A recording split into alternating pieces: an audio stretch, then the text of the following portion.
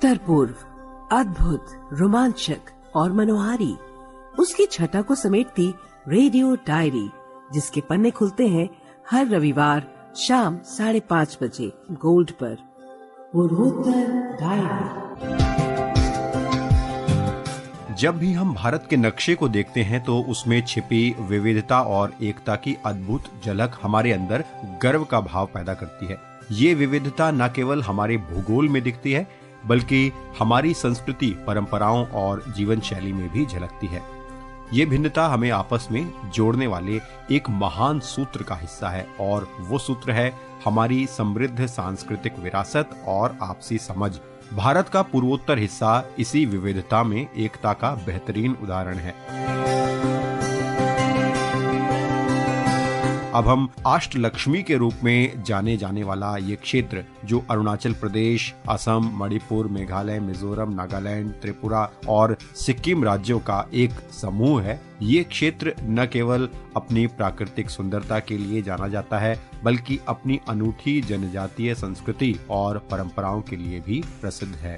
यहाँ की जनजातीय संस्कृतियाँ, लोक कला और पर्व इस क्षेत्र की विशिष्टता को दर्शाते हैं।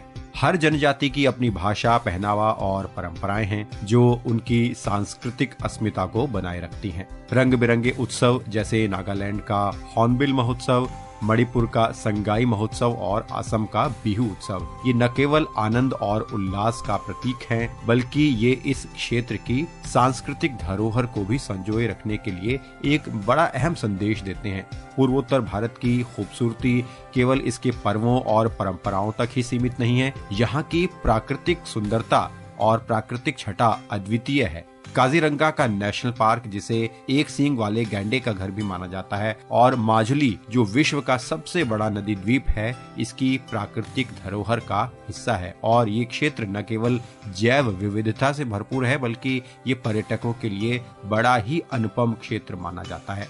भारत का पूर्वोत्तर क्षेत्र हमें सिखाता है कि कैसे विविधता में एकता का भाव संजोया जा सकता है। यहाँ के लोग अपनी अलग अलग परंपराओं के बावजूद एक दूसरे के साथ मिलकर रहते हैं और अपनी सांस्कृतिक धरोहर को गर्व के साथ सहेजते हैं। तो इस क्षेत्र की भव्यता से रूबरू करवाने के लिए हम आपसे हर रविवार मिलते हैं और पूर्वोत्तर डायरी का एक नया अंक लेकर मैं आज फिर उपस्थित हूँ, कमल कुमार प्रजापति। आप सभी श्रोताओं का स्वागत है। पूर्वोत्तर डायरी। श्रोताओं, आने वाले 3 दिसंबर को हम अंतर्राष्ट्रीय दिव्यांगजन दिवस मनाएंगे। ये दिन दिव्यांगजनों के सशक्तिकरण और देश में हिस्सेदारी के लिहाज से बहुत अहम है।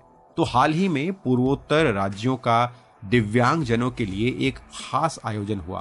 तो कार्यक्रम की शुरुआत हम इसी के साथ करते हैं। हाल ही में गुवाहाटी में पूर्वोत्तर का पहला पैरालंपिक खेल आयोजन हुआ। पूरे उत्तर पूर्व से दिव्यांग खिलाड़ियों ने एक साथ इस आयोजन में भाग लिया और इस टूर्नामेंट में न केवल उन्होंने अपनी प्रतिभा को दिखाया बल्कि पदक जीतकर सभी के सामने अपनी प्रतिभा का प्रदर्शन करते हुए ये संदेश भी दिया कि वे समाज में, खेल, संस्कृति और तमाम क्षेत्रों में आगे हैं। इस आयोजन में बढ़ चढ़कर खिलाड़ियों ने एक तरफ भाग लिया और बड़ी मात्रा में पदक जीते। सबसे ज्यादा पदक जीतने वाला राज्य असम बना। इसके बाद अरुणाचल प्रदेश ने पैरा एथलेटिक्स में 26 पदक जीते, पैरा बैडमिंटन में 9 पदक, पैरा स्विमिंग में भी वहां 3 पदक आए और पैरा बॉक्सिया में 1 पदक जीता गया। इसी तरह से तीसरे नंबर पर त्रिपुरा रहा। त्रिपुरा पैरालंपिक टीम ने कुल 23 पदक जीते, जिनमें 9 स्वर्ण पदक शामिल हैं।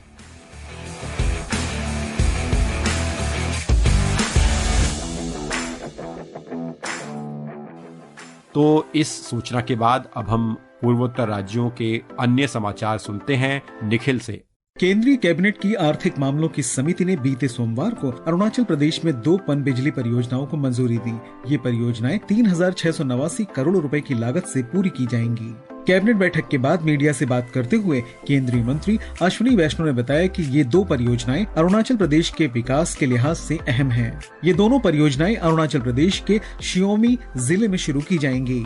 पहली परियोजना तातोवन पनबिजली परियोजना है। इसके लिए 186 मेगावाट की बिजली उत्पादन की क्षमता का लक्ष्य रखा गया है और इसके लिए 1750 करोड़ रुपए का निवेश किया जाएगा। दूसरी हेहो पनबिजली परियोजना है। इसमें 240 मेगावाट बिजली उत्पादन का लक्ष्य रखा गया है। इसके लिए 1939 करोड़ रुपए के निवेश को मंजूरी दी गई है। इन परियोजनाओं से पैदा होने वाली बिजली से अरुणाचल प्रदेश में बिजली की आपूर्ति की स्थिति में सुधार होगा। इन परियोजनाओं से राष्ट्रीय ग्रिड को संतुलित करने में भी मदद मिलेगी। इन परियोजनाओं को north eastern electric power corporation limited और अरुणाचल प्रदेश सरकार की संयुक्त कंपनियों के माध्यम से लागू किया जाएगा। तातोवन परियोजना के लिए केंद्र सरकार की ओर से 77.37 करोड़ रुपए का बजटीय समर्थन दिया जाएगा, जिससे सड़कों, पुलों और संबंधित ट्रांसमिशन लाइनों के निर्माण का कार्य होगा। इसके अलावा राज्य के इक्विटी हिस्से के लिए 120.43 करोड़ रुपए की केंद्रीय वित्तीय सहायता भी दी जाएगी। इसी तरह हेयो परियोजना के लिए केंद्र सरकार की ओर से 127.28 करोड़ रुपए का बजटीय सहयोग दिया जाएगा। इससे भी परियोजना से जुड़ी ढांचागत जरूरतों को पूरा किया जाएगा। साथ ही राज्य के इक्विटी हिस्से के लिए 130.43 करोड़ रुपए की केंद्रीय वित्तीय सहायता प्रदान की जाएगी। इन परियोजनाओं का ये भी लाभ होगा कि अरुणाचल प्रदेश को 12% मुफ्त बिजली मिल पाएगी और स्थानीय क्षेत्र विकास निधि के लिए 1% अतिरिक्त बिजली का लाभ मिलेगा। इसके अलावा क्षेत्र में बुनियादी ढांचे में सुधार और सामाजिक आर्थिक विकास भी।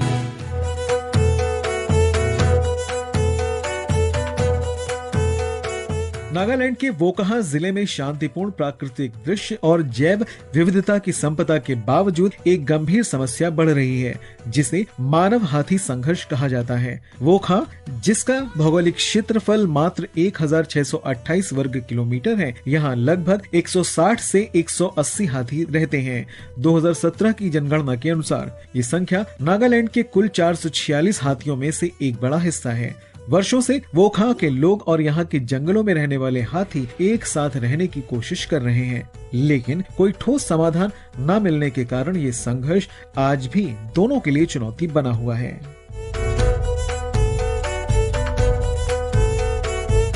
हमारे नागालैंड संवाददाता योहाना मरी ने बताया कि वोकहा के गांवों में ये संघर्ष काफी हानिकारक साबित हो रहा है। धान के खेतों से लेकर रबर के बागानों, गन्ने से लेकर सब्जियों तक किसानों की फसलें हाथियों के द्वारा खाई जा रही है, जिससे उन्हें भारी नुकसान हो रहा है। चंका गांव के वीडीबी सचिव सेंध सुदी यंथन ने बताया कि हाथियों की समस्या हमेशा रही है, लेकिन पिछले 3-4 वर्षों में ये समस्या तेजी से बढ़ी है। इस चुनौतीपूर्ण स्थिति के बावजूद राज्य वन विभाग ने इस संकट का समाधान निकालने के लिए कई कदम उठाए हैं। इसके तहत एक राज्य कार्य योजना तैयार की गई है और मंजूरी के लिए भेजी गई है। ये योजना मानव और हाथियों दोनों के लिए एक सौहार्दपूर्ण समाधान प्रदान करने का लक्ष्य रखती है, जिसमें समुदाय का सहयोग मुख्य भूमिका निभाएगा। वोकहा में मानव हाथी संघर्ष ये दर्शाता है कि वन्य जीवों के साथ संतुलन बनाकर रहने की कितनी आवश्यकता है। पूर्वोत्तर डायरी के लिए निखिल कुमार।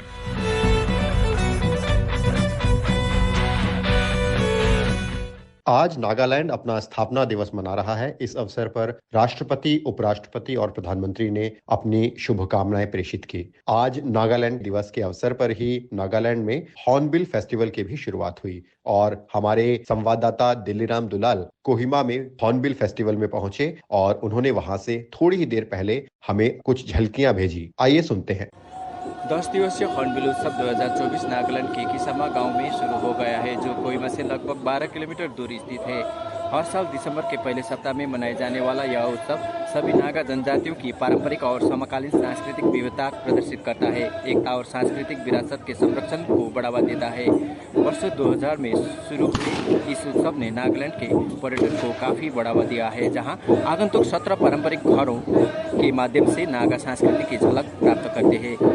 इस वर्ष सिक्किम सहभागी राज्य के रूप में हिस्सा ले रहा है, जो अपने राज्य स्थापना के 50 साल पूरा होने का जश्न मना रहा है। सिक्किम का 144 सदस्य प्रतिनिधि मंडल, जिसमें अधिकारी, पत्रकार और स्वयं सहायता समूह के सदस्य शामिल है, उत्सव में भाग ले रहे हैं। इसका उद्देश्य सांस्कृतिक आदान प्रदान को बढ़ावा देना और विकास से जुड़े विचारों का अन्वेषण करना है। आकाशवाणी समाचार कोहिमा से दिलराम दुलाल।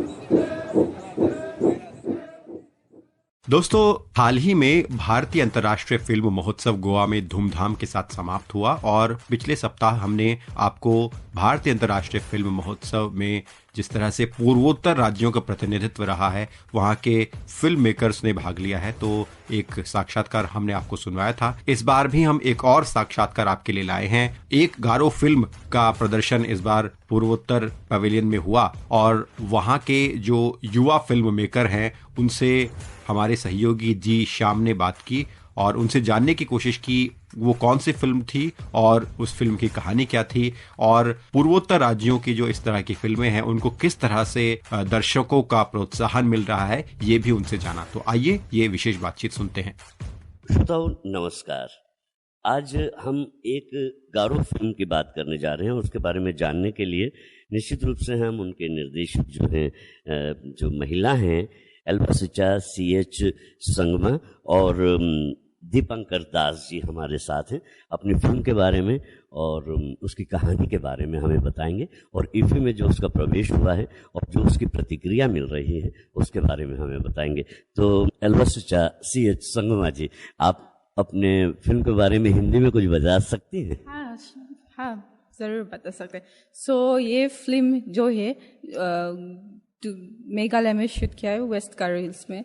सो ये फिल्म मैट्रिनियल सोसाइटी में बनाया हुआ है, जो फैमिली के ऊपर है, जो लड़का लड़की के घर में आता है। सो ये फिल्म जो है वो फैमिली ड्रामा है। जो वाइफ है वो अर्न करने के लिए बाहर जाता है, तो वो हस्बैंड घर पे रहता है, खेती करता है, फिर वो जो सन है। सो ये तीनों का रिलेशनशिप है। सो जो फादर है उधर पे क्या फील हो रहा है घर पे रह के, वो उसके बारे में ज़्यादा फोकस किया हुआ है, उसका जो क्या फील करे अंदर से। एंड तो वो हस्बैंड और वाइफ का जो रिलेशनशिप है वो इतना भी कुछ खास नहीं है, वो लोग कम्युनिकेट भी नहीं कर पाता है। सो ओनली द कम्युनिकेशन वे है वो बच्चा के थ्रू होता है, तो वही है। इस फिल्म के बारे में आपने बताया है कि जो पति और पत्नी के बीच में जो है वो रिश्तों में थोड़ी सी इतनी गर्माहट नहीं है, कमी है। दीपंकर जी, आप बताइए कुछ। वही है, इसने जो बताया एल्वा ने कि ये बेसिकली हम मेनलैंड इंडिया से थोड़ा, हम लोग का नॉर्थ ईस्ट का सोसाइटी थोड़ा अलग है। मेनलैंड में क्या होता है, लड़की शादी होके लड़का का घर जाता है, लेकिन मेघालय में ये प्रैक्टिस है कि लड़का शादी होके लड़की के घर जाना पड़ता है। तो ये फिल्म का बारे में वही है, वो लड़का शादी होने के बाद वो कैसा फैमिली में फेस करता है, वो सोसाइटी में कैसा फील करता है, वही इस फिल्म में दिखाया है, इस फिल्म में दर्शाया गया है। फिल्म का नाम आप बताइए क्या है? शांची सोवा। इसका हिंदी में अर्थ बताइए कृपया। आशा, आकांक्षाएं, आशाएं। मतलब ऐसा होता है, जैसा भी आपने बताया कि मेघालय में जो है सामान्य रूप से प्रचलित है कि लड़की शादी होने के बाद में लड़के के घर जाती है, लेकिन उस समाज में, जिस समाज से आप आते हैं और जिस समाज की कहानी आप कह रहे हैं, उसमें जो है लड़का लड़की के घर शादी होने के बाद जाता है, यही कहना चाहते हैं। और ये कहानी उसके बीच में जो अंतर द्वंद्व पैदा होते हैं, जो कुछ प्रॉब्लम्स या कुछ भी तकलीफें होती हैं, तो उससे सॉल्व करने की कोशिश करती है। जो प्रॉब्लम होता है, हाँ, जो फिल्म में वो दिखाया गया है उसमें कुछ भी वो मतलब ऐसे ही वो जो हस्बैंड है वो ऐसे ही घर पे बैठ के रहता है, कुछ भी वो सॉल्व करने के लिए कोशिश नहीं करता है, मतलब ऐसे ही चुपचाप से रहता है। अगर वो कोशिश भी करते हैं वो ऐसे ही मन में खुद के अंदर में वैसे ही घुस के रहता है। तो वही कहानी आपने पर्दे पर कही है और बड़े अच्छे ढंग से कही है। कैसा, मतलब प्रतिक्रिया कैसी है, मतलब रिस्पांस कैसा है इसका?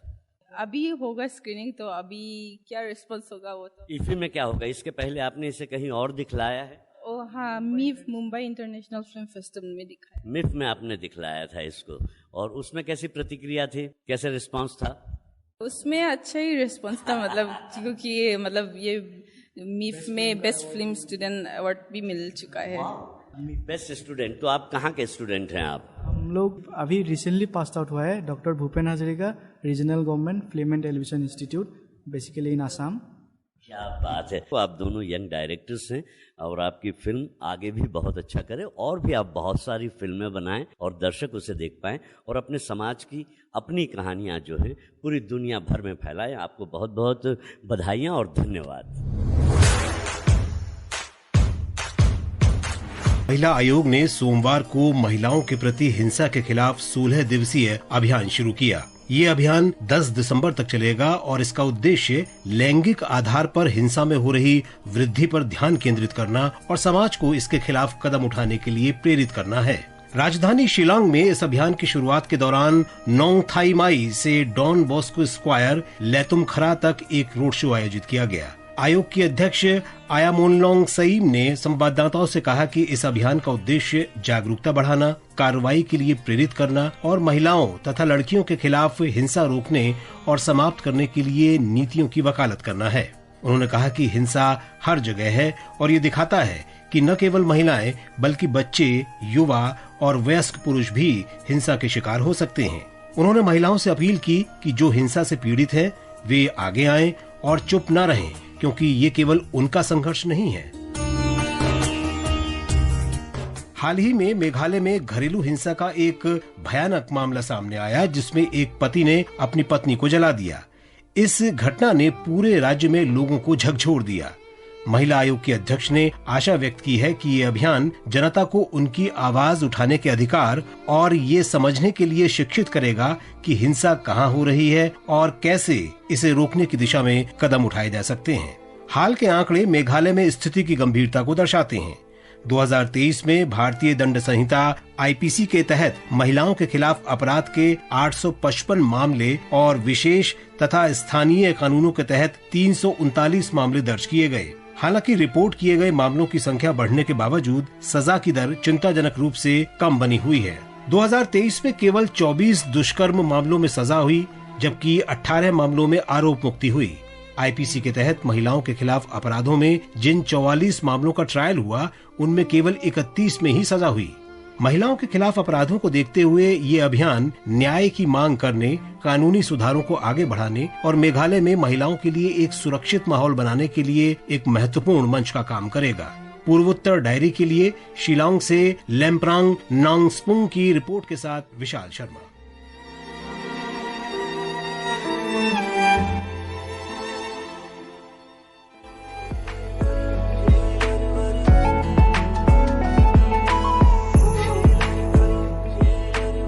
दोस्तों, मेघालय के बाद अब हम चलते हैं अरुणाचल प्रदेश। अरुणाचल प्रदेश के पापुम पारे जिले के पापू हिल्स में बचाए गए एक स्मॉल इंडियन सिवेट को सफलतापूर्वक पापे केसांग जिले के पाके टाइगर रिजर्व में एक रिलीज साइट पर रखा गया है और उसे स्थानांतरित किया गया है। बचाव के समय इस सिवेट की उम्र लगभग 2 महीने की थी और इसे टाइगर रिजर्व के भालू पुनर्वास केंद्र में पुनर्वास के लिए रखा गया है। लगातार हम अरुणाचल प्रदेश से जीवों के संरक्षण की खबरें सुनते हैं, क्योंकि अरुणाचल प्रदेश प्रकृति के संरक्षण में बहुत आगे है।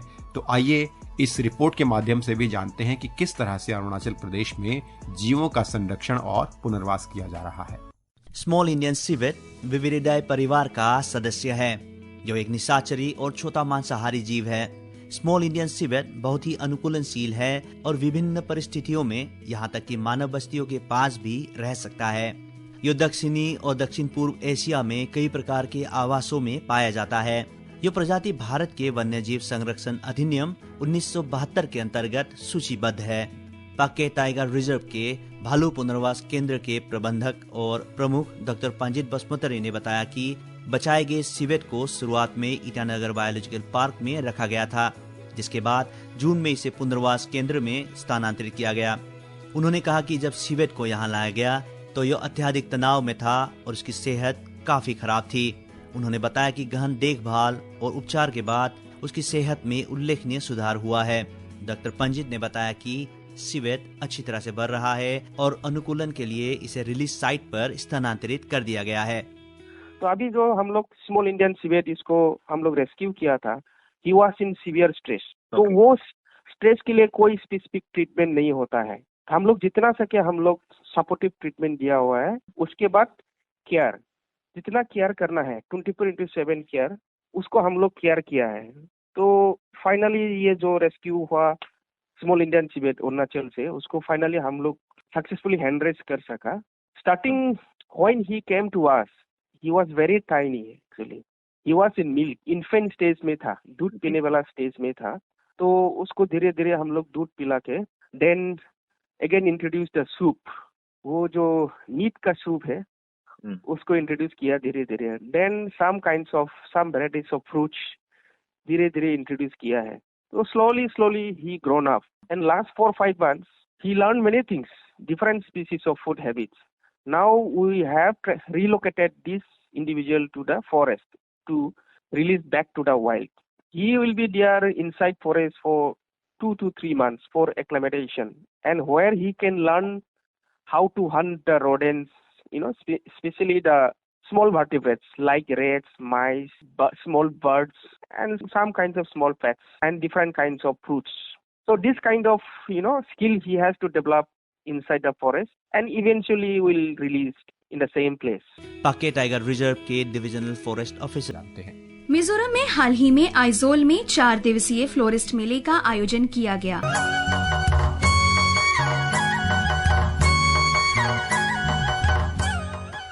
ये कार्यक्रम आकाशवाणी के समाचार सेवा प्रभाग द्वारा प्रस्तुत किया गया। आलेख व संकलन कमल कुमार प्रजापति, प्रस्तुति सहायक दानिश जैदी।